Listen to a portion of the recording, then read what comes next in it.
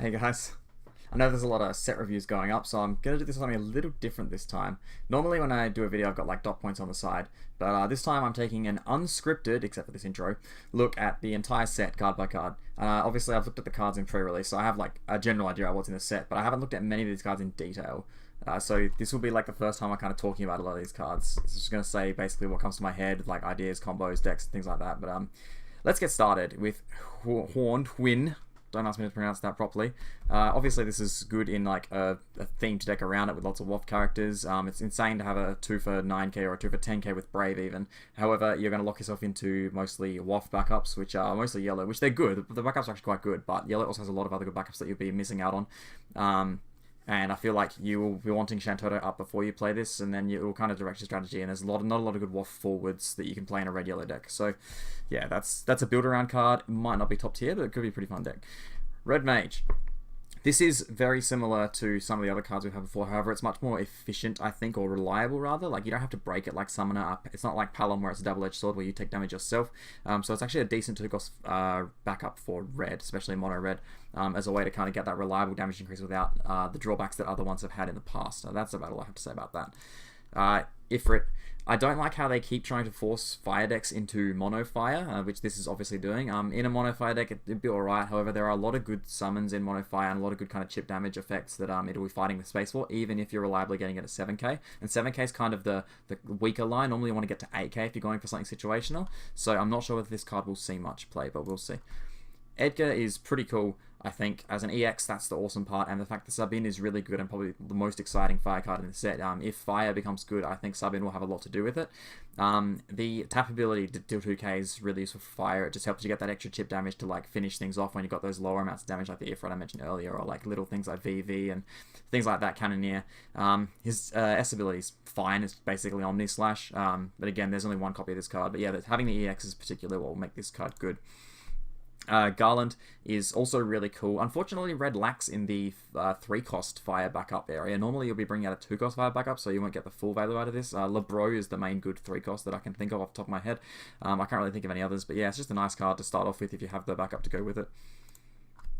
Caius is pretty sick legendary. Honestly, I think it's insane. It's essentially 4 for 9k because you add a card, so its effective cost is 4. Bahamut's really good. Like the 9-cost Bahamut is great, but like the new 4-cost Bahamut that does 8k is also really good. Like I said, 8k is like kind of the range you want to get to, especially the fact that it's a reliable way to kill the Emperor now, and the fact that we have more Bahamuts. Actually, I'll talk about that when I get to Bahamut. And his on-attack ability is pretty cool as well. It just it kind of lets you change the way you pay for things. Like so, you can either it basically gives you a third version of Bahamut to add rather than just the other two, where you get the kind of essentially 0-cost 7k Bahamut effect. Cyana, this is one of the cards I think is really sick for Final Fantasy VI. Making all your guys brave is insane, and the fact that a lot of the 6 forwards are actually really good by themselves as well, they don't need to combo with other things, makes this card really exciting. That's basically what I have to say about that. Like, I would definitely build around this card if I was playing a 6 deck. I'd probably go with Ice, because Ice has a lot of good 6 characters in their searches. And the special is pretty cool. Like, there's nothing wrong with that special at all. It's just a nice extra thing to have, like Edgar before. Scholar, this is actually really cool as well. This is like another version of Cannoneer. I really liked Cannoneer in Opus 3, the backup that does 5k 2 things. And this is like a cheaper, bit less damage version, but often you don't need the extra damage for the extra mana, because when you're using 2 effects to clear something, you can normally kind of clear the range. You don't need that extra 2k damage. 3 and like 5 is fine for most things, or 3 and 6, things like that. So this is actually probably in general be more efficient than Cannoneer, which is excellent. Ranger, this is heaps good in the sneak peek. It's cool that it's like it does sort of like an AoE and it's cheap. Has the standard units. It's probably one of the like first decent standard units we've had in red. Normally red has had really bad standard units, but there's not much else to say about it. Like it's just the haste is cool. Like AoE damage is kind of cool. It's just like a decent standard unit. This card is sick. This was nuts in the sneak peek as well, but it's kind of like Cannoneer again, but on entry, which is good because it doesn't get wrecked by Emperor, and it's not telegraphed like Cannoneer is. It's semi-expensive, and there are quite a few backups in red that are above the 2-cost range, so you'd be fighting for space a lot. But I definitely think I can see play in those kind of chip damage type of things. The problem with these decks is that they all lose to Minwu, and red does not have an out to Minwu. So we'll see if Minwu sees a lot of play, or whether you can match it with a different color that will still be able to do those things. Maybe Wind, because they got Archer, but yeah.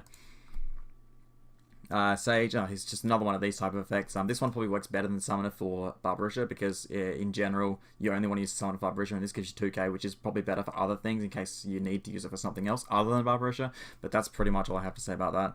It's like, it's fine. Goblin is awesome. This is one of my favorite cards in the revealed early.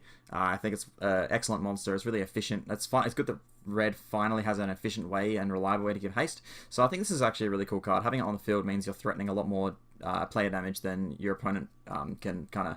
They have to play a lot more carefully when this is on the field, which is really good because you might not even have the things you need to go with it, but they don't know that. And yeah, it's just really efficient. It's nice. You can just play it early, round out your curve with the 1 cost.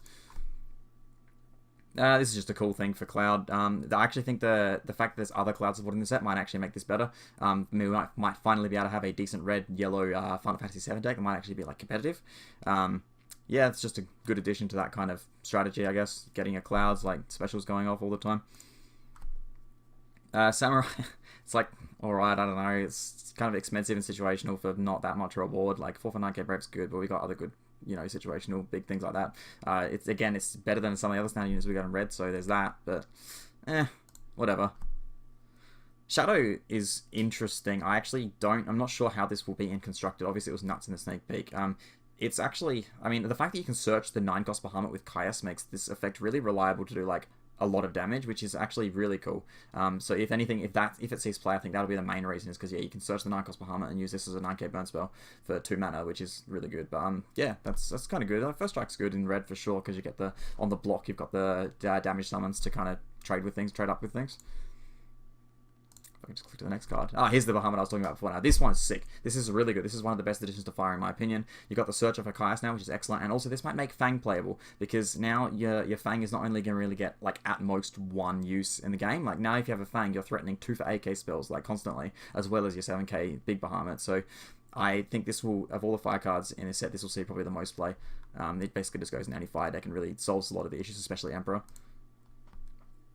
Marauder, another funny standard unit. It is nice though, this is cheaper standard unit, unlike Samurai, but having cheaper standard units is good with red because they have Lunith, and Lunith has not had any good standard units to go with him before. This one is actually okay, so maybe Lunith will be able to see some play soon. I'm not sure whether there'll be enough in this set, but we are getting there. Otherwise this thing just dies really easily though, obviously.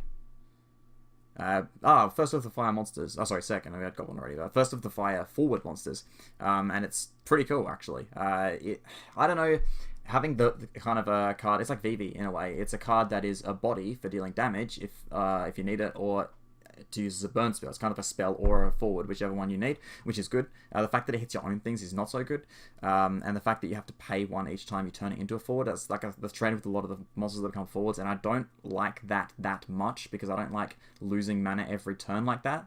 But it is a useful effect to combine again with your other damage spells, and the fact that it only costs 1 essentially by transforming it, it could definitely help with the kind of clearing lots of guys at once, especially with stuff like the Black Mage Earlier Cannoneer, those kind of things that hit 2 things at once, or other AoE spells. So yeah, it could definitely be useful, pretty good.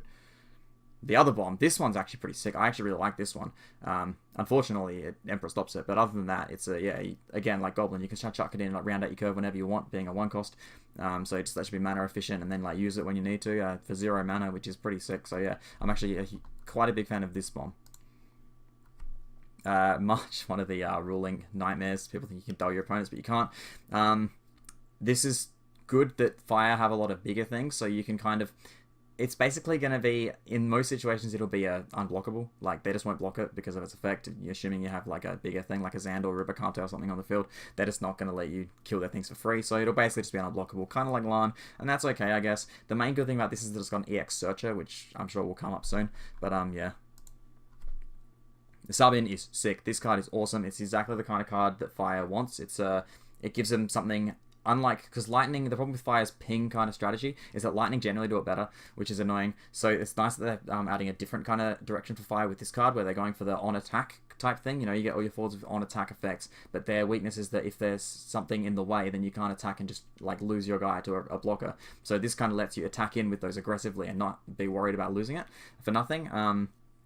And the fact that he's 4 for 8 as well, and the fact that he's a 6 character, so he's searchable, you can make him brave. That is nuts. The fact that you can make this brave is so good. The ability means basically they can't trade with him, so he'll basically win any battle that he's attacking, so they basically won't block him. And even his special is crazy, like that 8k AoE probably will kill most things. Obviously it hits yours as well, but you can get Lebro up to make this bigger. This card's so exciting. I'm so keen.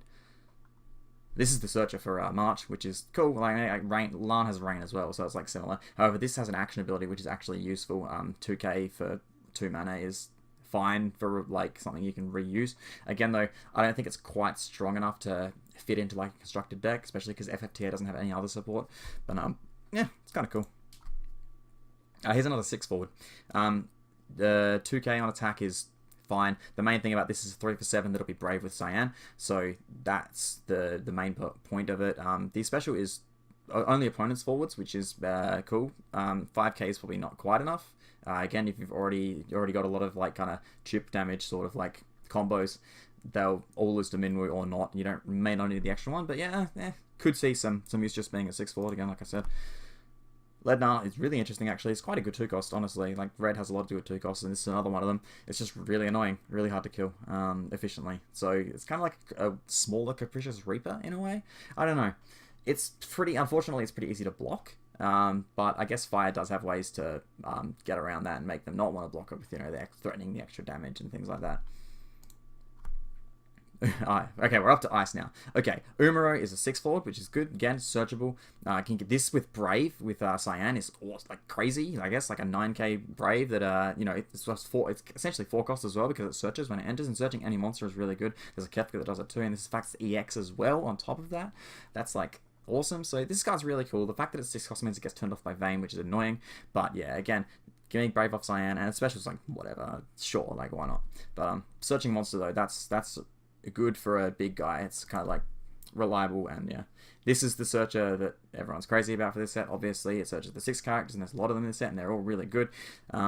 So there's a lot of people who just want to play Ice just for this like kind of 6 engine that you can get to. That's basically what there is to say about it. It's basically Echo, but it's for 6 characters. So awesome. You'll see a lot of it. Bard, not a fan. I mean, Ice has a lot of 2 cost backups, especially in this set. There's a lot more good ones, and this one probably doesn't make the cut. Like, it's really expensive just to dull something, and you can kind of do that with Ghoul now, and like things like Snow or Swamp Monk. I don't know. There's like a lot of ways to reliably dull things. You don't need to be sacrificing a backup and 2 mana. That's, yeah. This one, a bit more interesting. Again, probably not good enough. If we're looking at reliable discard, we've got Flan now. We don't need stuff like this, which is really expensive. 5 mana is a lot. Only during your turn as well, so like most discard effects. But it could be good, like a kind of a threat to have up there as the game goes on. But I don't think games will go that like into those kind of situations in this set, because there's a lot of high power stuff. The game's probably going to be a lot more like cutthroat, a lot more kind of tempo related. So yeah, I'm not sure if that'll see too much play. This card, I'm much bigger fan of than I was when I originally read it. Like, it's kind of like an Amon, but it's not a forward, and that's actually not bad, because it's much harder to get to. Like, some colors just can't remove monsters reliably. The fact that you can use it straight away when it enters, I mean, obviously Amon does something when it enters anyway, but the fact that you can use this on your turn, and then they play a forward, and you can dull that forward straight away, that's really cool. And you can have more than one in play. I don't know, it's a nice reliable way to keep things dull, and that's good comboing with the things in Ice that want things to be dull. It's nice to have a reliable way to do that without having normally the way to do that before was Snow, who has to attack obviously, so he's threatening getting blocked.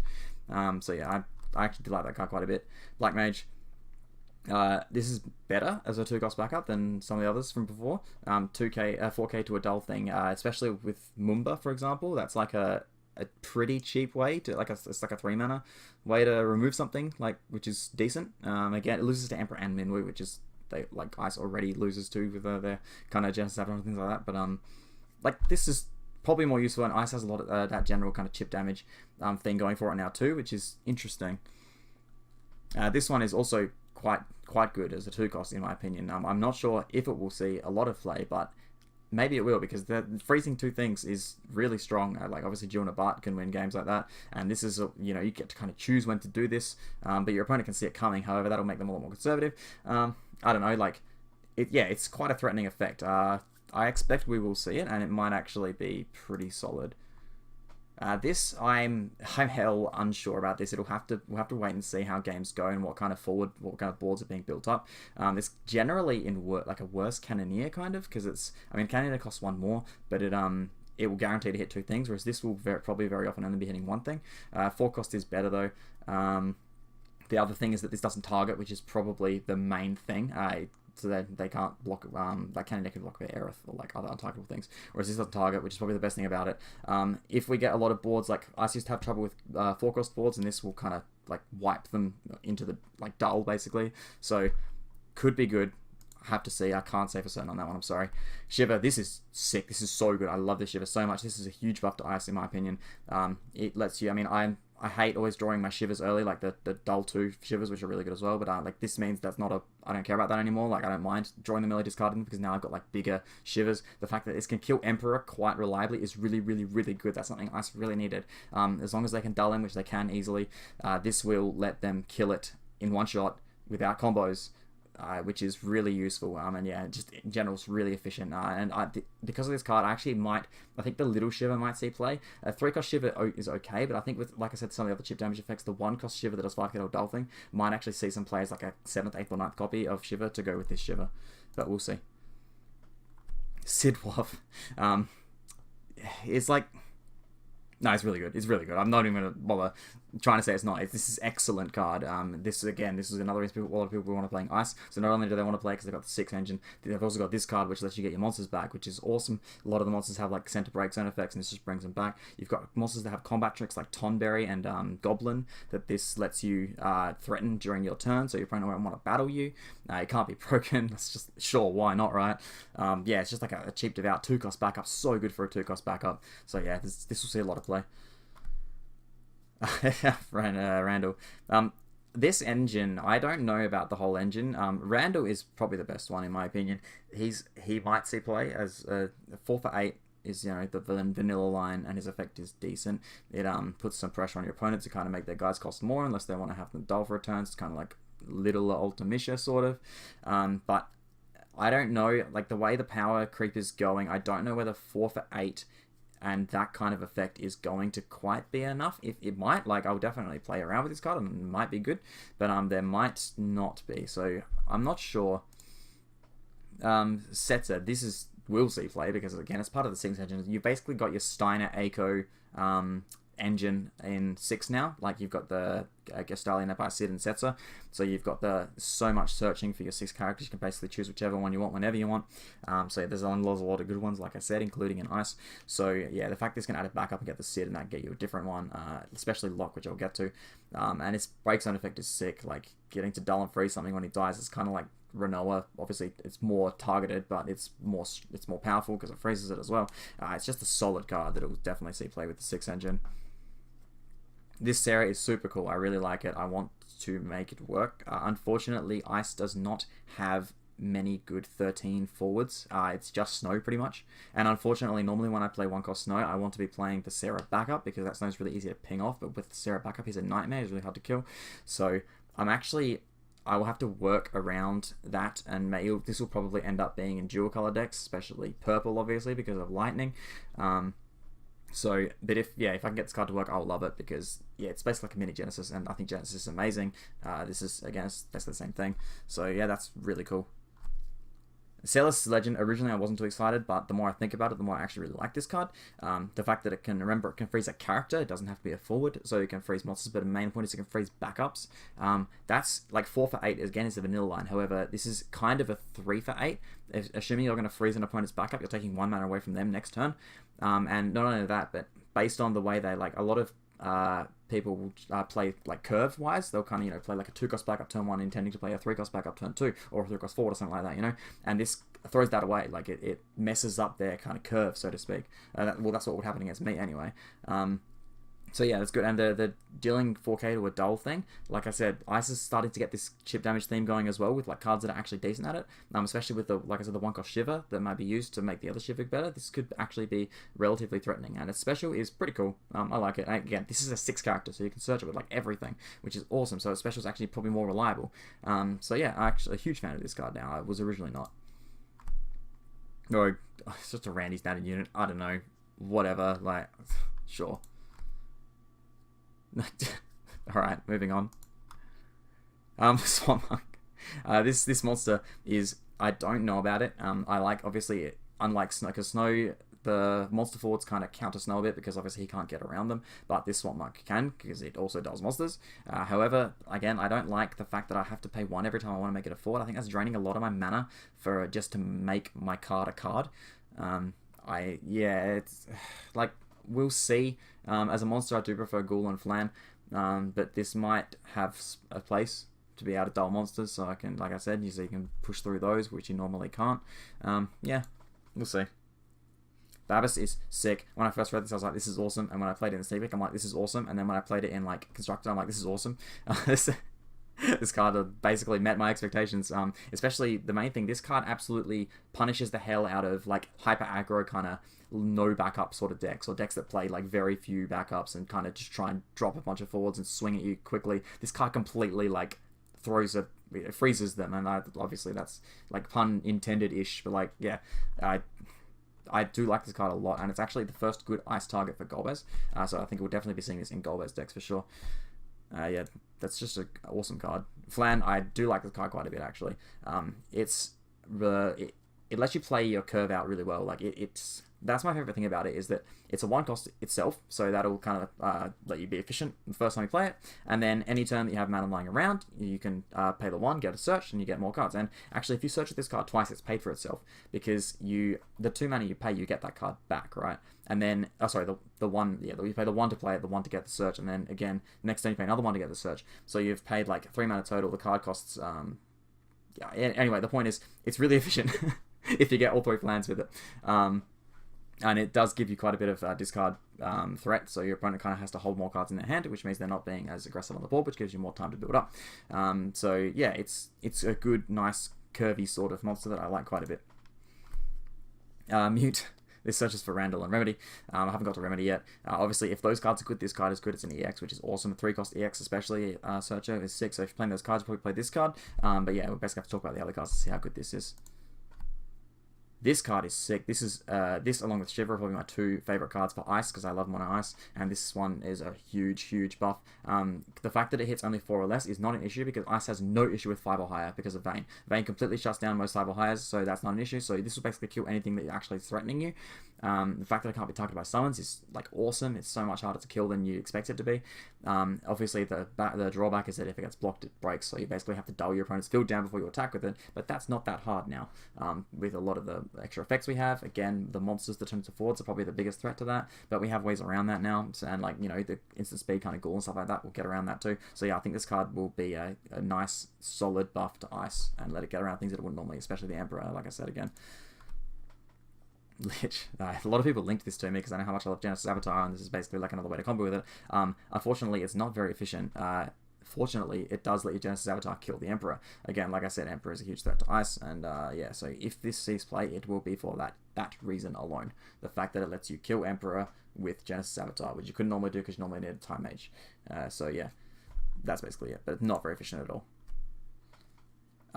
Remedy is... again, obviously it has is really good against Golbez. That's the main deck you think of when you use this card, and that's cool, but just being good against Golbez is probably not enough to include it in your deck, and Ice is already pretty good against Golbez because of Zalira and Avatar combo, things like that. So yeah, I don't know if this will see a lot of play, probably not, but I don't know, it's kind of cool, whatever. Locke is the other legend. Now he is actually really cool, the fact that it's 2 or more characters, not forwards. So you're, like I said, the Gestali and Setzer kind of search combination is reliable for this guy. Either you Gestali and search Setzer search this, or Setzer search Gestali and search this, and you've got your 2 characters already. It's similar to Genesis, how when he does damage to discards, but he has an unblockable effect that lets you do that, and he's more searchable. So, well, I mean, Genesis is searchable by Jesse, but this is more searchable. You can get that special off more reliably and get them to discard, and yeah, it just goes really well with the 6 engine in Ice. And so if I was probably going to make a fire 6 engine deck, I'd definitely be playing with Ice, because you get all these guys to be brave as well. But yeah, good card, good part of the engine. It's basically the Garnet of the 6 engine. Now we're up to Wind. Ahriman, really cool. Like, if 5 costs see play, this card will be nuts, because it's a very efficient way to remove 5 costs. They're paying 5 for their forward, and you're paying 3 to remove it. So yeah, that's awesome. I love it. Like, I'd play it in most Wind decks at the moment, unless just 5 costs don't see play. This is part of a mini engine, a Rune Center, a Raya Center, and Kani Center, and it's actually pretty cool. I actually like it quite a bit. Kani Center is basically like a Bart's, a generic Bart, so it doesn't have to be wind backups, which is awesome. This is the Searcher, which adds the pieces together. The other one we'll get to in a second, but yeah, this card is really cool. Good way to match the engine up with the. Anyway, I'll move on to the other cards, and you'll see why this card is decent. Alexander. Might see play. I think it's funny that you can... No, wait, you can't. Never mind. I don't even know whether Wind have, like, just buffs lying around. You can't even Sylph their guys. So I don't know whether this will be that reliable. If there was ways to buff your opponent's things reliably, then you could use this to, use that to kind of combo and kill their things off. 9k is generally above the line of a lot of forwards. The fact that it's an EX, though, is pretty, like, rubbing salt in the wounds kind of thing if you hit it. But I don't know if it'll see play. It'll just depend, again, on how many 9ks we see. This Alexander, though, is much more interesting and reliable. The fact that you can just use it as like a cycle, it's essentially one cost cantrip. Like, you know, you just get a new card in this place, which is useful if you don't have a monster to break. But yeah, there are a lot of monsters, and people are going to be playing a lot of monsters at the start of the format and probably moving into the format. So yeah, this will probably have a lot of use. Being EX to kill a monster is really good. So I think this will definitely see quite a bit of play. And this is searchable, by the way. The Alexanders are searchable. If the other one sees play, I forgot to mention, then it'll probably be because it'll be as a one-off. You can search with Hope if you need, but we'll get to Hope. Ezel. Whatever. It's okay, I guess. I don't know. It's not really. It's pretty meh. Not so keen on that. Just basically counters Zalira. That's it. One of the Wind Legends. This is a hard one to gauge. Originally, I don't like this card that much. I think it kind of requires too much for not enough reward. The fact that you have to play the purple on Unite to go with it, so you're probably forced into green-purple. I mean, you might not have to be, but then you just have like kind of dead-ish cards lying around if they're not part of the combo. It's quite decent value if it goes off, but again, you kind of need a lot of combo-y stuff to go with it. Cards that aren't that good by themselves, and it's just sort of, you kind of have to build around it, and I don't know whether a deck built around it will be strong enough. But we'll see. Prove me wrong by all means. Yeah, here's Kani Center, the boss of this kind of triad of things, and it's really good. Like a 9k that it's just like Bart's, like I said. It's a 9k that activates your backup. So if you have 5 backups and you play this, it's free. It's 0 cost 9k. However, the other one, the one Raya, I think it is, or one of them, makes untitled abilities. So 0 cost 9k untitled abilities is really good, actually. And the fact that it's all your backups, not just wind backups, unlike Bart's, and it doesn't. And Bart's has other Bart's that take up his kind of spot. This is actually really cool, and if I'm going to build a wind deck this format, it'll definitely be involving this card. It'll be one of the first things I go towards, this kind of mini engine. This Archer is a 2 cost, so this is a much more reliable way to Barbarisha combo than Dancer, because Dancer costs 3, which is really awkward, but Archer is 2 cost, so you can just play it straight away and it'll just be there for when you need it. That's the main thing with this card. It's just pretty cool, and obviously if you don't already have it in play, you can play it on top, and like with the Barbarisha, the 4 cost Barbarisha, this will let you beat Emperor with that and this together. Emperor is really annoying for wind. Cowardrodian, I don't know, it's just like you have to pay to make it, which is pretty meh, so I'm not a huge fan of this card, like, as a monster. You know, unblockable decks, yeah, it's cool, like, unblockable by 3 or higher is much better than unblockable by 4 or higher, but yeah, I just don't know. Just paying to turn every turn. This is much more interesting in my opinion. Just the 1k sort of to go with Barbarisha and those kind of effects is really cool, and the fact that it's on a monster, so it doesn't take up your backup slot like Dancer does, is sick. And then yeah, we've got the 10k effect. That is, I love how they're so annoyed at us using all these like damage effects as instead of drawbacks, we use them as an engine for EXs. So they've taken that away from us. But yeah, 10k is huge. It's basically able to kill anything. The reliability to be able to kill anything is sick. Doesn't kill the Emperor though, which sucks. But yeah, it's pretty cool card. I think we'll see this card around. Thief, whatever. It's like a Randy Mill card. Like, oh, actually, no. What I should mention with Thief, you can bounce it to get as effect. So when you got your Valor 4 kind of stalling the game out in your mill decks, this will mill them while you Valor 4, and it's cheap to keep replaying it. So there is that. So actually, maybe this will see enough playing mill decks and be good enough to like kind of make them decent. We'll see. But I'm not familiar with mill decks that well. I haven't really put a lot of effort into them, so yeah. Shara, this was, I think a lot of people were disappointed when they saw Ritz originally. They wanted to see what Shara was like, and it's this. EX is cool, whatever. it's probably better than it looks. Like one mana for 3k and 6,000 damage is like, you know, if it's a 2-cost summon that does 6,000, this is a 1-cost that does 6,000. Not instant speed though, but it's, yeah, with the other damage effects that green has, this is be a little bit better, and maybe it will actually see play and be decent. We'll see. I can't really gauge that very well, and the fact that it buffs Rizzo is good. This white mage is cool. Yeah, that's pretty cool. Like, you know, having that up threatens the sort of the fact that it's 1 and tap, so it costs 2, is nice with again mill decks. Riku is also 2 green mana, so if you got your 2 up to use the Riku in the end phase, but you're threatening this as well, so they don't want to attack into your blocker because you can just activate it and give it 1k. So it's actually, yeah, Sylph on a backup is pretty decent, especially a 2-cost backup. So maybe this will see a bit of play. Chocobo. This is another 3-cost Chocobo, which is good for the Fat Chocobo. But I mean, I don't know. It's just like a bigger version of the 1-cost, which I don't know whether they needed that. Like, you know, yeah, it's fine. Like that party's going to be like going through 99% of the time. But a 3-cost that has to party attack is probably a little bit overcosted. That's all. This is another 3-cost Chocobo to go with Fat Chocobo. This one's probably even worse. It's really cute and it's really cool. Like I wish I had an excuse to play this card, but I think if I was chucking in another 3-cost that's not the Cloud Riding one, I'd probably chuck in the other one rather than this one. But I don't know, maybe giving something haste is better than the other party one. Like I said, it's really expensive to party with a 3-cost like that. So yeah, maybe this one is better. I don't know, now I think about it, maybe I will play it. We'll see. This is the card though. This is sick. This is a legend, and I agree with it being legend. I think that's a crazy good turn 2 play, is to be able to have you've got a backup that gives you a backup before and potentially a piece of damage. Like often it will actually be a damage because your opponent will go like 1-cost backup, or maybe you go first, you go 2-cost backup, they'll go their turn, they play 2-cost backup, you go discard 2, play Fat Chocobo, get a Chocobo, haste them. Now you have a forward, a backup, and a piece of damage for 1 card. It's efficient, it's essentially 1-cost. The effective cost is basically 1 when you bring out 3-cost Chocobo, and then you've got a buff as well to go on top of that, which is like it's essentially a 2k AoE buff to your Chocobos without actually paying for it, because your opponent won't want to trade into them while this is active, so they're essentially getting the buff without actually paying for it, and that's really cool. So I actually really like this card. Sure, like I don't know, it'll depend on how good monsters are and which monsters see play and how often they're dull and active and whatever. I don't know, we'll see. I can't really gauge this one, I'm sorry. This super interesting. A lot of people were pretty excited when they read this card because this wasn't in the spoilers, but yeah, it's very very good, honestly, as a 3-cost wind backup. Definitely much better than Dancer.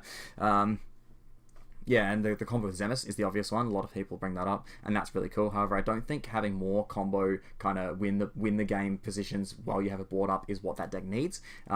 So I don't know whether this will buff those decks that much, but I think it will be a very nice card to have in Wind in general. I think most Wind decks will play it, and it will give them a lot more reach, which is really useful. And I do like this card quite a bit. I expect we will see quite a bit of play for it. Geomancer, sure, it's like a 1-cost, 2-cost sort of. It's like, yeah, it's, I don't know, it's good. Like, it activates your big guy when you play it main phase 2 after attacking, or it's a 1-cost backup, so it's kind of, I guess, just better than Evoker. It's basically a better Evoker for Wind, which is cool.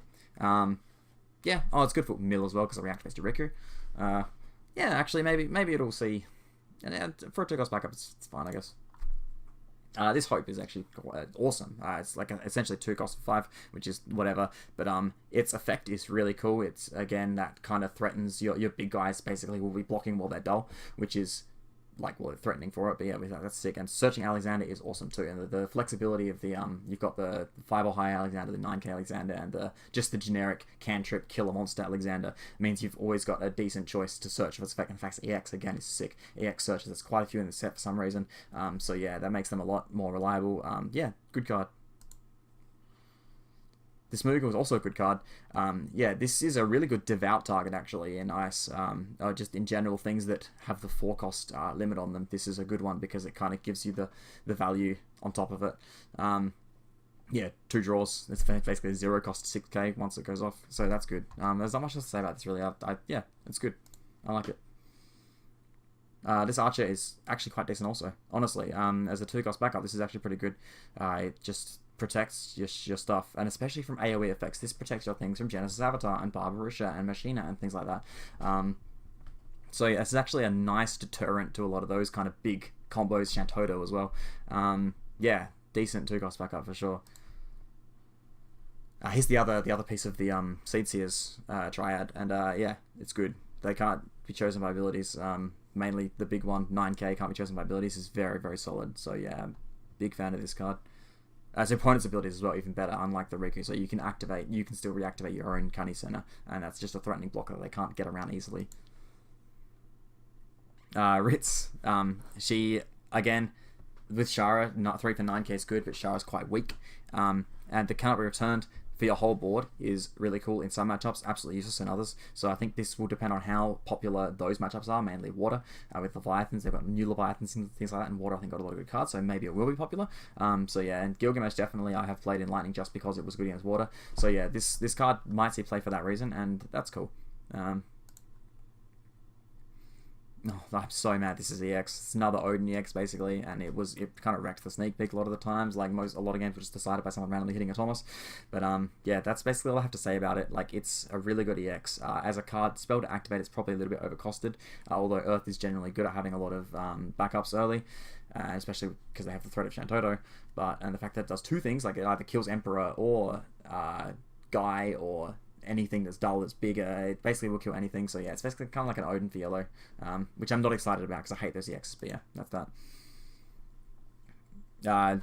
This Dark Knight I'm not keen on. It's like, yellow already has better standard units than this. The one-off buff is not nearly as good as, you know, your like passive buff on the other Dark Knights. It's a pretty meh. This Vincent is not so meh. This is a really good... I like that this fits straight into existing yellow decks with Vincent Yuffie as a replacement for the promo Vincent. And that's really cool because the new Tama gets 5 or less Earth forwards, and this is just an easy 5 or less forward you can put in that makes your Tama efficient, that you don't have to worry about making your deck potentially weaker by just putting things in for Tama, because you already be playing this for your Vincent's death penalty. And the fact that this with Magic Pot, you can play this, search your Vincent, then Magic Pot this into the Death Penalty Vincent and have Death Penalty ready. That's awesome. EX again, so cool. Like, I don't know why they keep giving EXs to these searches randomly when they would already be good without it. But yeah, and its specials, like whatever, they just can't trade with it, similar to the promo, but they know you have it this time. I don't know. But yeah, as a 5 cost, that's good because it's like a 3 cost, but it's full value. Wedge, I mean, look, honestly, there's only one operative forward, and it's Barrett. There's like heaps of different copies of him, and the new one is probably the best one. It's okay, I guess. I don't know. Maybe the engine will be alright, but I think we have to wait for more Avalanche forwards to really have these cards be good. Yeah, Pugilist, another standard unity type Warrior of Light sort of thing, where you got your standard units out and they'll buff each other and make themselves big and whatever. And like, it's in yellow, so that's cool, I guess. You can bring that with Ingus. But yeah, it's just another like combo-y card. They don't really need that. What they needed was things that make their deck less fragile. So yeah, like, I don't know. In standard units decks will see play, but I don't know whether it'll make them good. This black belt is actually fairly decent for a 2 cost. I guess the fact that, you know, it's not good turn 1 says generally that's not a good sign for a 2 cost, but it basically will guarantee that one of your attacks goes through when you play it, and with a lot of brave guys in yellow, it means you won't really be sacrificing the blocker by doing that. So yeah, it might be 3 point of damage here and there. This could be worth, but yeah, yellow already have a lot of good backups. Again, same thing with this. Like, yellow already have heaps of good backups. This is like obviously just direct ice counter and lightning to an extent, but the fact you have to leave mana up open for that is pretty situational. I don't know whether that will see play unless ice is just the only deck. Now this is a super interesting, super exciting new yellow card, and probably the most exciting new yellow card, especially because you don't have to play Earth to play this card. Any deck that can put a lot of forwards and monsters out efficiently, or monsters forwards that replace themselves, like floaters and things like that, this card is really good for those. And this card can be you can Magic Pot to go into this card off the 2 cost Kefka from Opus 3, or the Searcher, which can search for Magic Pot, so you can play your Kefka, search Magic Pot, play Magic Pot, turn that Kefka into this Kefka, break something.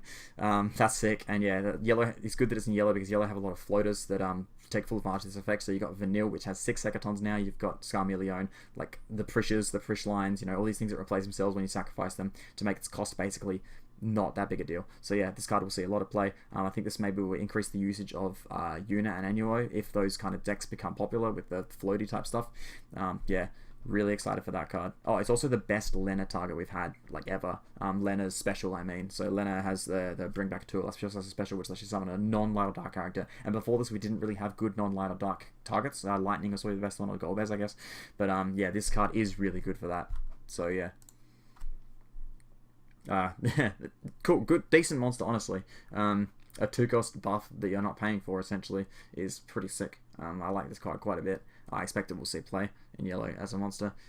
Yeah, again, like most of the 1-cost monsters, a nice way to round out your curve. You just play it whenever you got 1 extra mana lying around.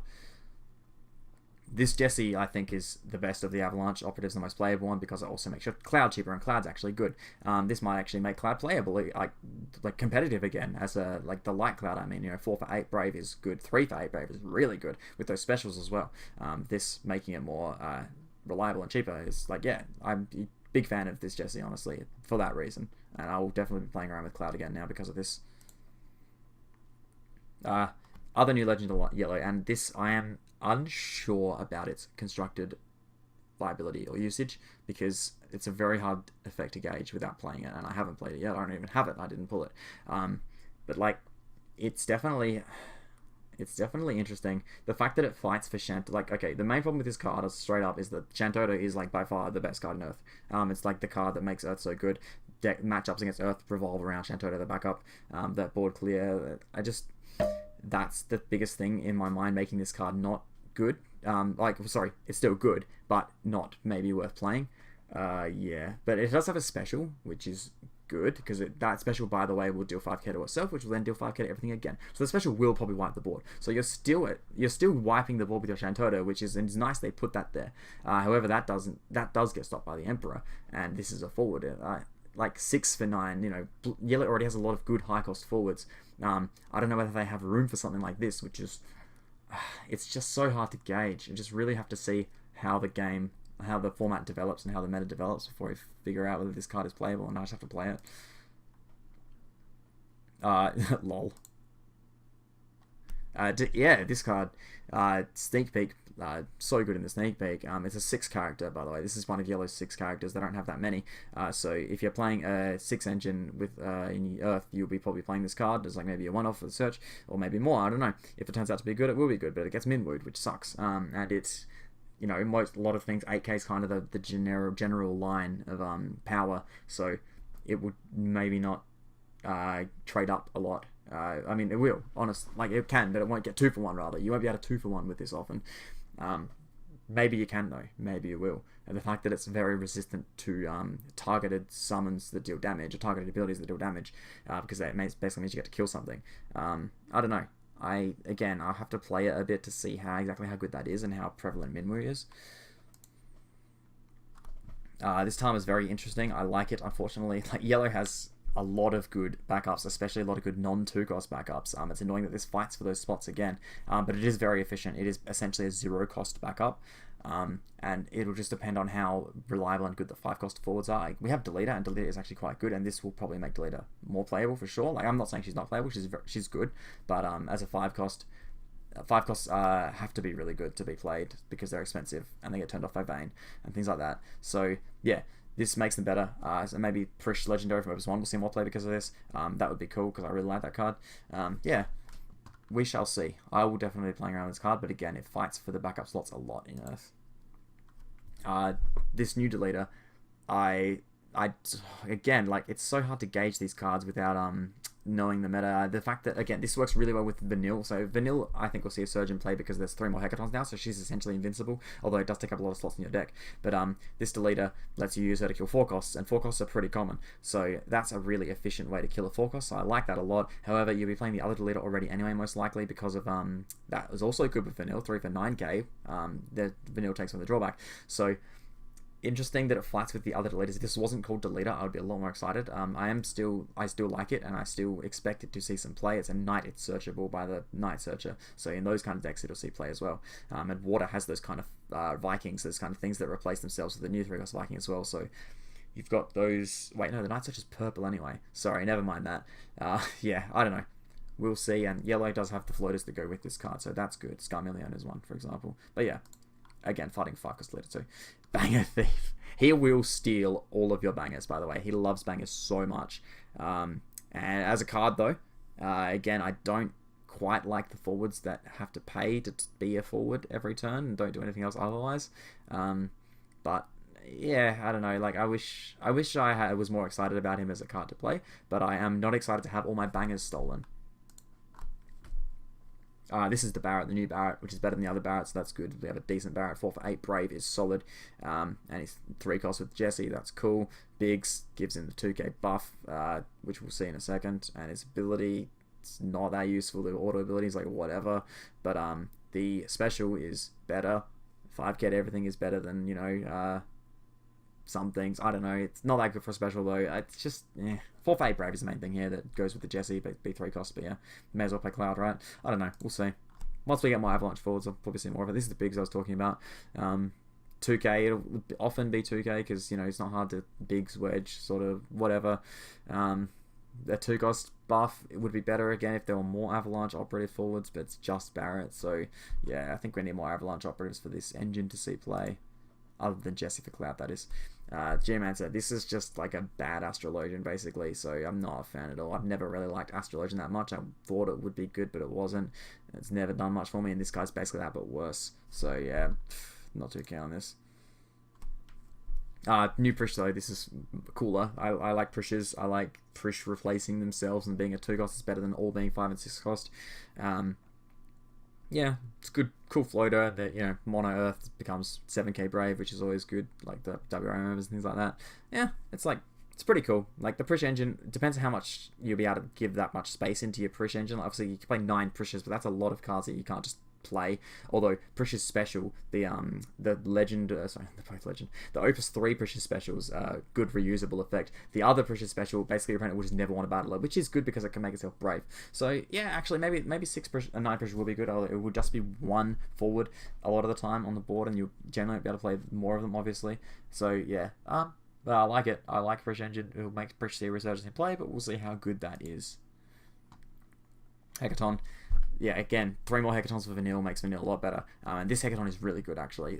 2 costs, it's basically a Tomos, but cheaper, because you're almost always going to be using it on something smaller than yours. So you most of the time, you won't be taking the drawback of this card unless they're threatening that kind of chip damage or that kind of thing, or they're going to buff that guy or something like that. I don't know. But yeah, decent. This is a nice, reliable way to activate your forwards effects that do things when they deal damage. So it's something like Machina when it breaks something, or like I can't think of other things off the top of my head. But yeah, forwards that do something when they do damage to something, this activates them quite reliably. So yeah, that's a cool thing about it. And yeah, again, this is just a nice removal spell for yellow. It's cheaper than a Tomos, which is sick. Magic Pot. Okay, this card, obviously, really exciting. We've talked a lot about it when it was spoiled. It's the most exciting spoiler for sure. There's so much you can do with it, so much. Straight away, I thought of Genesis Avatar, like, because this card is basically everything Time Age wanted to be and more. It's so much cheaper. It's a cost to sacrifice the guy and bring out the other one, so they can't use removal to interrupt it. Yeah, it's just so interesting, the things it can do. So yeah, you can be able to dodge things during your turn. You can turn small forwards into much bigger versions themselves. The obvious examples are Kefka 2 into 8, or you got Sephiroth 4 into 8, and the Sephiroth gets a search as well. Obviously, this is good with the things that replace themselves when they're sent to the break zone. So you've paid for them, like stuff like the Moogle I mentioned before, where you get the draw, then you get the draw again, and you get another one, another draw, and another draw. Like, there's just so many things you can do with this card. It's so interesting. And it's a little dull, so you have to wait a turn, which is fair enough, because there's a lot of stuff you can do. But yeah, really interesting, really a lot of stuff you can... Yeah, I don't know. There's too much to talk about, too much to explain with this. So yeah, just play around with it yourself. Monk, it's another like 2 cost backup with like a situational effect, I guess. I don't know, I guess it's fine. Maybe, I don't know, unless you guys attack and like trade. It's weird, hard to gauge. Ravan, super interesting card. I like it quite a bit. Unfortunately, it doesn't save itself with just Anacro. You would need to buff it again or have some kind of other effect to protect it. Adamantoise is a cool one. I saw that in the pre-release. Yeah, the Adamantoise to make your Ravan not kill himself. So 4 cost deal 9k to something. Like 4 cost kill something on entry is really good if he doesn't kill himself as well. So yeah, if you find a reliable way around that, Cecil Legendary is another one. A Goblin is a good one, actually. It gives them the 2k buff for 0 mana. Yeah, so there's quite a few ways around it. The fact that it's only a combo card, and the fact that it's called Raban again. Sorry, that's the main problem with it, is it's called Raban. Raban's already a really good Earth backup. Losing that, especially as an EX, is the drawback of this card for sure. But yeah, maybe we'll see play. Maybe it will be really good because yeah, I think like, again 4 for 8, kill something on entry is really efficient. On to Lightning. Archangel EV, just an efficient forward. I don't know whether that's good enough now. I don't know whether essentially a 3 for 8, just a 3 for 8 is good enough, especially in Lightning, which has so much potential to like just kill things all the time, and like your cards, you generally want them to work with your other cards. This is just a body. So yeah, whether that's good enough, we will see, but it's a really good body though, just as a body. Azul. Originally I didn't like it that much. I like it more the more I think about it. It'll just depend. Dragon is the main thing, right? So Dragon is really cool, and we'll get to it. But that's the card you'll generally be getting back with this. But like, 5 cost is pretty expensive, and Lightning has a lot of good expensive things like that. But yeah, I mean, it's cool. Like I don't hate it. I'd consider it. Oh, I should actually mention that's a Sviets, which is relevant for later. Just DGS support. Sure, why not? It's so weird that it's in purple. That's probably means it won't really see play. I don't think DGS has any relevance to purple at all. So, like, I don't know, not a huge fan. EX is good, but weird color combination. Well, not a weird card combination, but a weird card combination for that engine. S-Star Soldier, this is a decent 2-cost backup, actually. This is really good for those decks. Like I said, those hyper-aggressive decks that kind of just punch. It's another dull effect for those, which is good. You've already got them on Lightning. You've got the new Lightning as well, which we'll get to. Yeah, it's decent. I don't hate this card at all. I think it probably will see play, and is quite good for a 2-cost. This card is so unfair on poor Sid Allstein because it's basically the same thing, but it's much easier to activate. So yeah, I actually like this card quite a bit. This goes really well with the Cactuar from before, by the way. The purple-green will actually maybe be quite solid now with things like this, where you can just efficiently remove things and get a 9k as well. That's sick. The ability is also awesome. Like, losing power is so much better than dealing damage, and that's why one of the reasons purple is so much better at this than fire is. And yeah, activate him as well. Like, sure, a 9k that gets like a pseudo brave sort of thing. It's semi-expensive. It's not super expensive, really. It's like this card is quite solid. Like, if you can reliably get that ability off, this is definitely a good card. This is a decent body. Neg 2 on entry is like cool.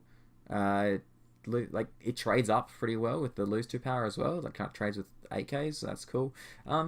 I don't know. So it's a 9 forward, so you got the 9 engine to go with it if you're playing like blue purple or something. I don't know. We'll see. It's kind of hard to see if that will be relevant. This guy's just a Randy standard unit, 2 for 8, but it dies to like everything. I don't know whether purple need standard units like that, so sure, whatever. This is a rare for some reason. I guess it's kind of like giving all your guys first strike without paying for it again, like with other those kind of effects. But the fact you have to break it is annoying. Like, Makui basically does similar thing. Although I think Makui's an attacking forward though, so this is good on the block, I guess. But then you have to have it up, which means, I don't know, you'd have to like a Ramu or something to get the mana efficiency out at the end of the turn or something. I don't know, like, as a 2-cost backup, it's actually probably pretty good, honestly. Purple's 2-cost backups are like fine, I guess. Like, Red Mage is good, but you don't really need it that often. Like, Lancer, maybe it'll be good.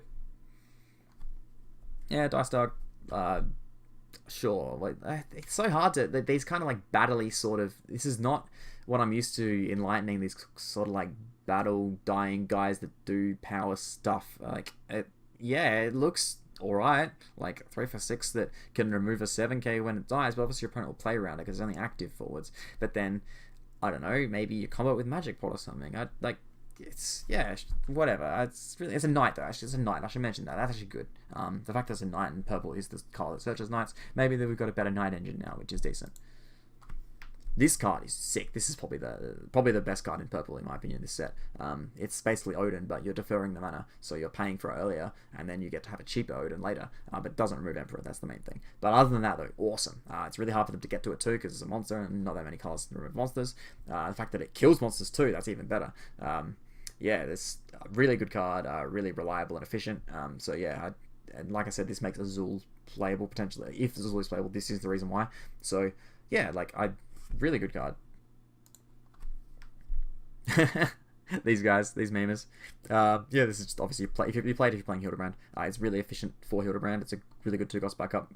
It gives him haste and a 2-cost buff, like threatening a 2-cost buff. So yeah, probably have to talk about Hildebrand to see how good that is. Ninja, the generic. There's another Golbez haste target. So now we have 3 hastes for Golbez, Ninja, Tifa, and Onion Knight. So that's kind of funny.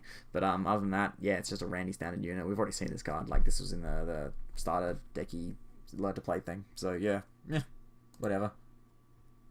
Here's Hildebrand. Very funny card. Text is wrong, like, there's weird rulings, but as a card though, decent, I think. Honestly, not bad.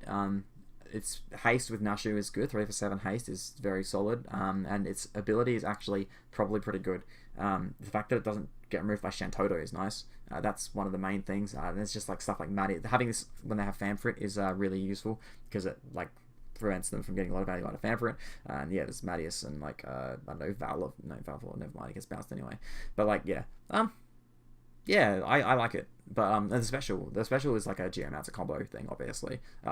There might be some games where you just randomly win because you just use the special for whatever reason and it just happens to be something really big and you just get a free guy. So it's like, that special is actually really good if it goes off into something big. Like, that's pretty crazy value. But yeah, again, you probably have to come up with Geomancer, like playing an all forwards deck, but then it's 3 cost in an all forwards deck is kind of awkward.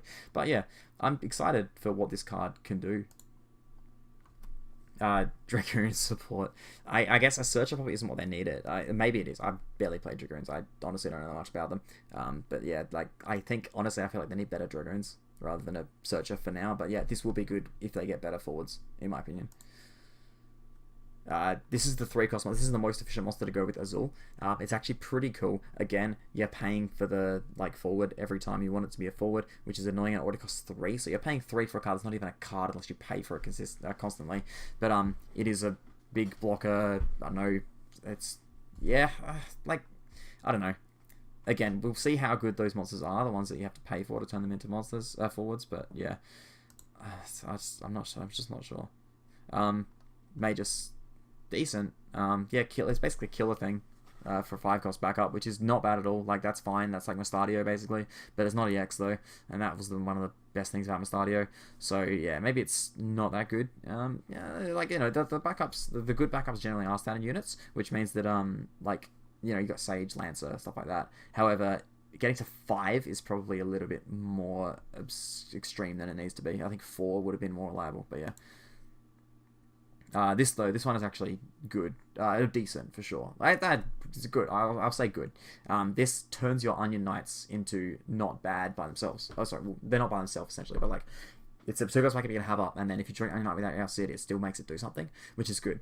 It also lets your Al-cid kill something if you're bringing out something that's not an Onion Knight or not a Regia. Like, say you bring out a Hildebrand or like an Archangel EV or something, one of those other 3-costs, or Gilgamesh, 3-cost Gilgamesh. I don't know. So yeah, I actually like this card as 2-cost backup. Actually, it's really cool, and it goes well with the Black Mage too. Sorry, the 2-cost Black Mage from Opus 2, -2 power, 4k damage, will kill like a lot of things quite efficiently. So yeah, not a problem with that card at all. Raiden's out of legendary. This card is basically better Bahamut, which is a bit unfair on fire, but yeah, the fact that it removes 1 is so good. It's very unlikely you'll ever need to remove 2 rather than remove 1, break 1. But yeah, really cool. Lightning's really good at getting up their backups quickly, and yeah, I think this will see play for sure. As a 9-cost, like, it's pretty worth. Yeah, I like it. It's unfair that Lightning get it, because this was Red's thing, but yeah. This card, so much potential with this card. Main thing is it doesn't dull monsters, again, so those monsters that turn into forwards, if those become prevalent, this card will not be as reliable at killing people, but this card is really good at killing people. It's lightning, so you got lightning 4 was already annoying, like, you know, it's basically 2 forwards worth of damage in your favor. This is 3, basically. The fact that it's a category 13 character, not forward, makes it so easy to activate. Like, Marquis is a 2-cost backup that does it. You got Amadar as the Searcher for it, which is EX as well, so you just Amadar Searcher and then it's live.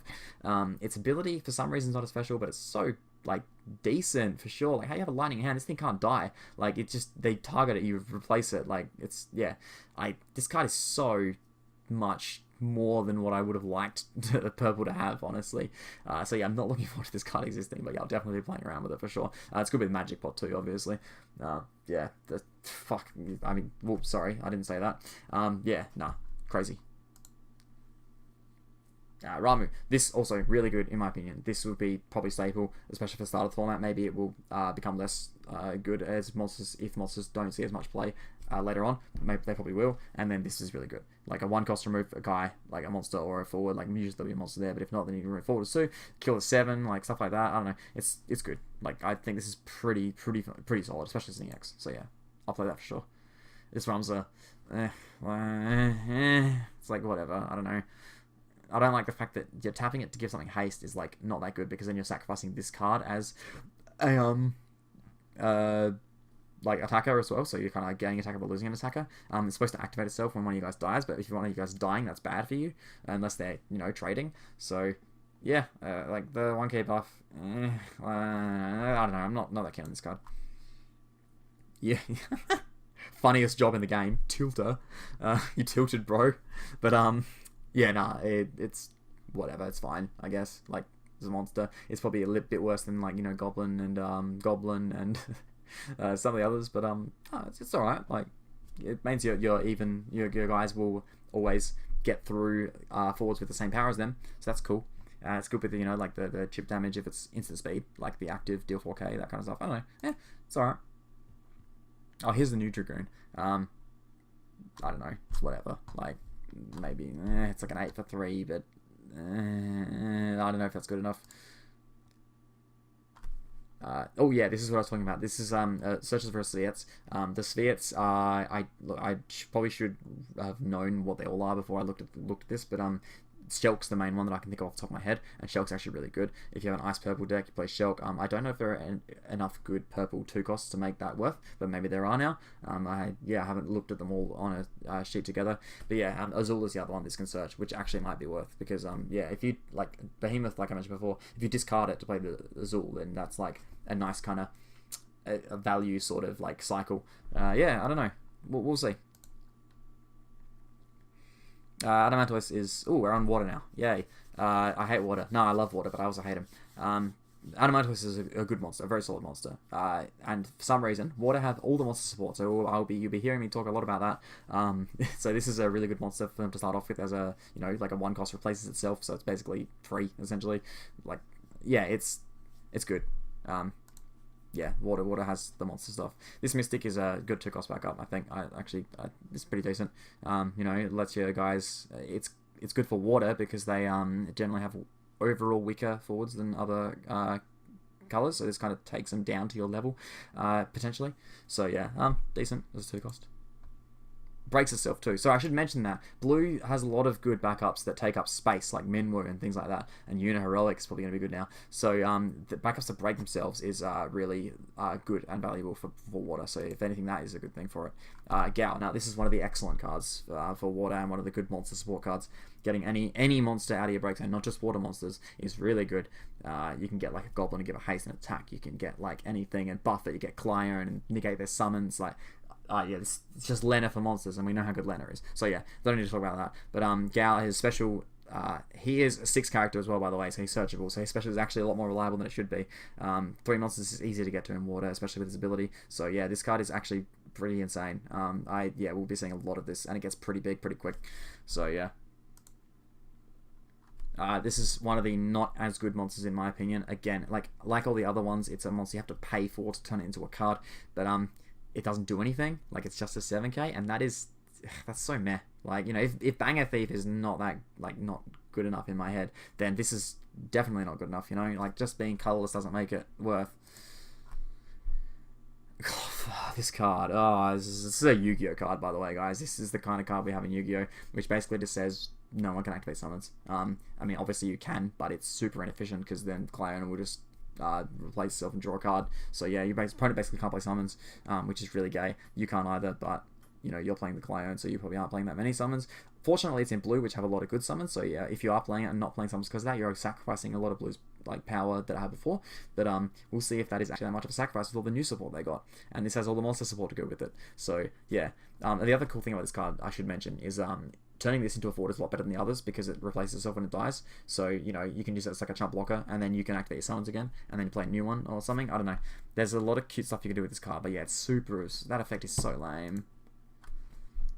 This is a really cool card. This is the kind of thing that standard units want.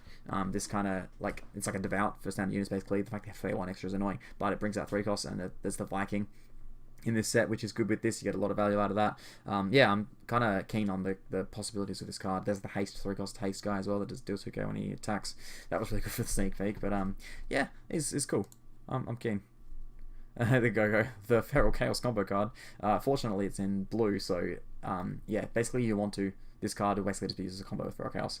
You want to be able to discard your Feral Chaos, but you've got plenty of ways to do that. You've got Merwib, Moogle, Poo Poo, you know, all that kind of stuff. So yeah, this card's actually, that combo might see play, but I don't know if it's reliable enough to be competitive. We shall see. But yeah, 3 for 7 with all those abilities is pretty crazy. Here's Poo Poo. At first look, it looks like a worse Moogle, but you can use this with 0 cards in hand. However, water almost never has 0 cards in hand, so whether that will be worth, we shall see. Yeah, it's cute though. Look at it. Yeah, it's a cute little Poo Poo. Yeah, no. Cool. Whatever. Just more discard, Cycle Mechanic. Steiner. One of the legends. Interesting that it's called Steiner. So that the main problem with this card, straight up I'll say, is that it's called Steiner. Again, the name issue, the Una syndrome. But yeah, it's good though. 4 for 8 draw a card is very, very solid. The fact that it's also like essentially bigger than 8k, assuming you have guys out, is you know, turns your like weaker water things into power buffs for a decent size thing. It's also one of the first good water 4 costs, which is something we have barely seen any of. Like Titus and Waka are like the next best ones. So yeah, the fact that it's searchable by his other copy is cool. So if you hit the other one in EX, you can search this one, and it's a decent devout target in Ice Water. And I think Ice Water will see a lot more play now with the monster synergy between them and Sid Waff and things like that. So yeah, we shall see. If it doesn't see that much play, it'll be because it's called Steiner. This card probably underrated as an EX especially. Again, the 6 forwards are also good, and they're super easy to resolve this. A 3 for 6 bouncer guy is really like efficient because they're essentially losing the amount of mana they paid for that card. So this card is, yeah, again, very efficient to resolve. Its special is interesting.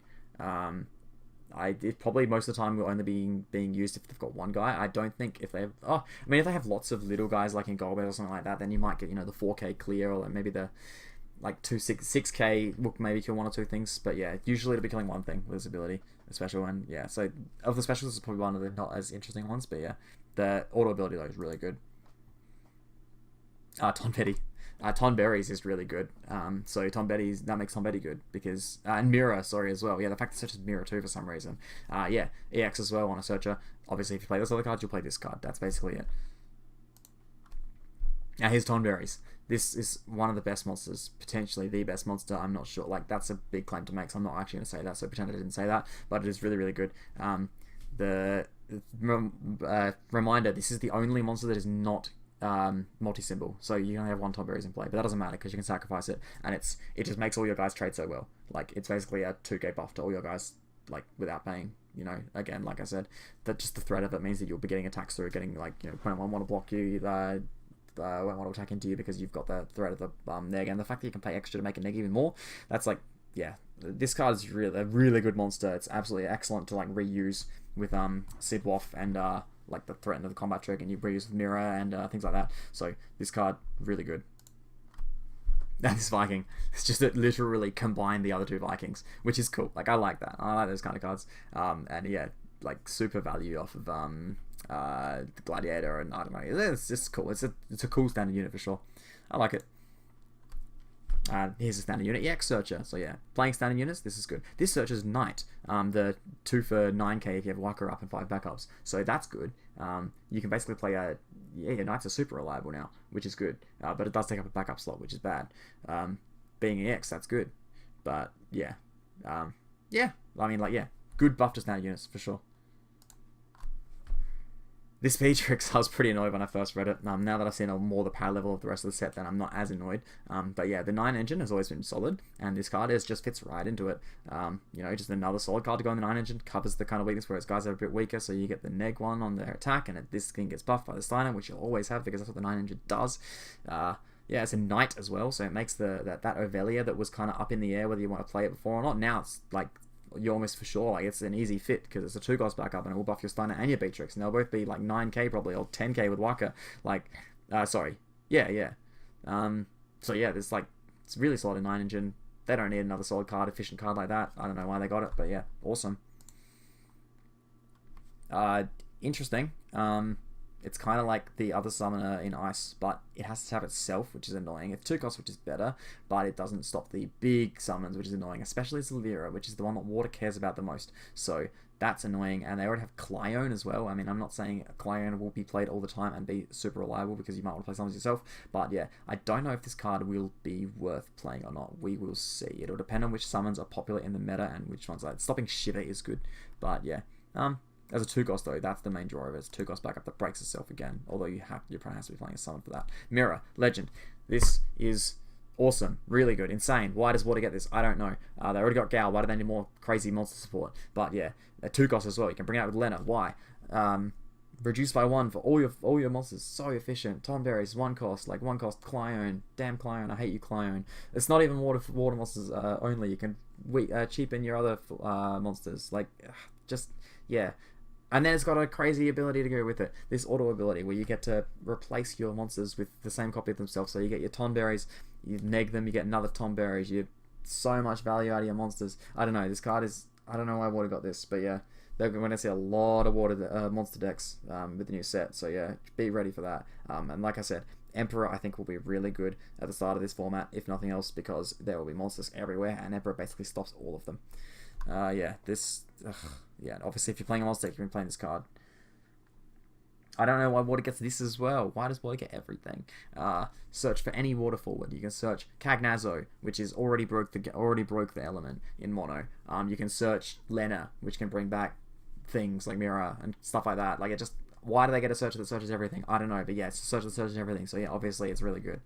But again, it doesn't break itself though, so that's good. Bad for it, but good that it's not. It is a weakness it has. Anyway, Moogle Theater, this does break itself. This is a good one that breaks itself. It costs 2. It's a 2 cost backup that doesn't have a drawback really, because once your backups start filling up and you want your better ones in, you can just break it and draw a card, replace itself. It's like, so efficient. I don't know why, but yeah. This is the one that I'm leaning towards as like a good 2 cost backup to fill those slots. This Mog, I'm unsure how good it will be. 4K, really easy to kill. Draw engine is pretty cool, like, you know, do it every turn. However, what is already good at really efficient cards without these, this is a much more extensive combo, the fact that it's forwards, not just characters, to make it untargetable, because obviously if it's targetable, it's just going to die most of the time. But yeah, I don't know if it's probably too combo-tastic when Water doesn't need that. Like, they already have ridiculous things that don't need that much combo. Mime, like, I don't know, it's cool with Waka. If your opponent only has one thing and you have Waka, yours is always going to be bigger, so that's useful. But I like the other Mime better anyway. Not that them both being called Mime matters, but yeah, there's probably too many good 2 cost Water cards for this to be played. This is a really cool monster. Fortunately, it's not 2 cost, so Gao can't get it, but Mirror makes it cheaper. And of all the paying to turn into a forward, this is one of, like, the best one in my head, because it's neg 2 power to your opponent's board helps Water so much. Like I mentioned with Beatrix and Tonberries, neg power helps Water. It makes their Kucha lanes potentially kill things. It's just a really good battling threat and lets your in general weaker guys get over bigger things, which is supposed to be Water's weakness. So yeah, I mean, let's just give Water everything they need and things to cover their weaknesses. Why not?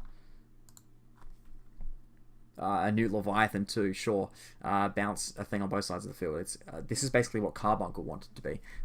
You obviously, most of the time you're going to be using it to dodge or not so much dodge, but like save yourself from a removal effect by bouncing your guy instead, but also bouncing one of theirs. This is, a lot of people at the start of the game used their own Leviathan to try and save their valuable forwards, and that was generally inefficient. You generally didn't want to use Leviathans for this, but this one is made for that. So you can save your good things and get the tempo out of it as well from bouncing one of their guys. So yeah, and why is it EX? I don't know. It's not as good on EX, thank God, but yeah, we'll probably see play. Also, you get your lead field effects, your Viking and stuff like that, get their lead field draw card stuff, so that's cool. Relm, another monster support for this color. It's EX. Everything in Water's EX. I don't know why. But yeah, it's in your monster water deck, you're obviously going to have heaps of monsters that will normally hit, which is good, and it lets you turn things into forwards. Now, the interesting thing about this one is it lets you turn your opponent's monsters into forwards. Now, is that relevant? I don't know. Is it useful? Probably not most of the time, but it does let you, if you have forward board clears, for example, Genesis Avatar, this actually lets you clear their monsters along with it. If you turn one of their monsters into a forward, you get to take that out too. But yeah, I mean, most of the time, this is just a efficient EX, like, it's a 0 cost basically. I don't know, it's a solid card for your monster decks, and even non-monster decks, as long as you're playing a decent amount of monsters. Like, yeah, Good card. Hey, Light and Dark. Okay, this Cloud. Again, Cloud being cheaper with Jesse will make things like this a lot better. Another Light Cloud is maybe annoying. The fact that it's EX is good. 7k is not as good, but it could still be good. The special is good. It's like Machina, basically. Machina was special was decent, just hard to resolve. This is much easier to resolve. Yeah, I mean, but having a lot of Light Clouds, though, this will fight for space with the other Light Cloud, and having all of them in your deck is a lot of Light cards. So we will see if that is worth, but the fact this looks so good in the pre-release promo, that, if nothing else, that's why I will see play as a Cloud. But yeah. Terra. Super duper interesting, really crazy that it's colorless summon search. So searching summons. So you can search like Shemhazai, for example, stuff like that. Those combo-tastic summons that you normally have to rely on drawing. You can search. You can't search Ultima or Zodiac with this. Not with its first effect anyway. But there are a lot of good Terras. So Special's actually really reliable, although you have to probably be playing Ice, because yeah, the Terras are all in Ice, but they're actually quite good. So this Terra could definitely see play. Unfortunately, as a light character, as the game goes on, light and dark characters have to be really good or have a really important niche to see play, because they're always fighting space with the other light dark characters. And you know, when we've already got things like Emperor, and in this set we've got the new Kefka, which we'll get to in a second. It's a lot harder for these cards to see play, but yeah, this will be used as a way to get to summons that your deck relies on. Here's the Kefka. This is really cool monster support, and thank God it's not just water like everything else. EX search any monster, excellent. So it's basically 3 for 8, not 5 for 8, which is really efficient. And turn all your guys into all your forwards into monsters into forwards. That is potential to end the game. That is very threatening if you have a lot of those cheap ones, especially in water, with like Clione and Adamantoise. And then you've got stuff like goblins and you know, just cheap monsters. Turn them all into guys, swing. Could be very, especially with if you get the Malboro Elf, stuff like that. I don't know. This, yeah, very interesting card. And the fact that you can so you can play it, search Magic Pot, replace it with a bigger Kefka, all in one line. And this is search for like a Stellian Empire as well. There's yeah, some super cool stuff you do with this. And the last card, Shadow Lord. Again, because it's a dark card, yeah, and it's especially its effect is quite niche. Obviously it's a Golbez killer, like Rex Golbez. 4 for 8 Brave is solid. At least it has a very solid body. But because it's fighting for space with all the other light and dark characters, and this, unlike the others, this alone doesn't do much unless your opponent has specific setups. Means it probably won't see that much play. If it kills something, like if 2 costs are popular, this actually is decent, because if it just kills one 2 cost thing, a 4 for 8 that does that is really, really good. But yeah, overall, don't think it'll see much play because it's dark. Anyway, yeah, that took ages. I'm sorry, that was a very long video. But yeah, I hope that's given you some insight into, well, at least my thoughts on the new set. Like I said, I've barely played any constructed in the set, and it's been very, you know, like I don't have all the cards yet, things like that. So yeah, thanks for watching though. Cheers.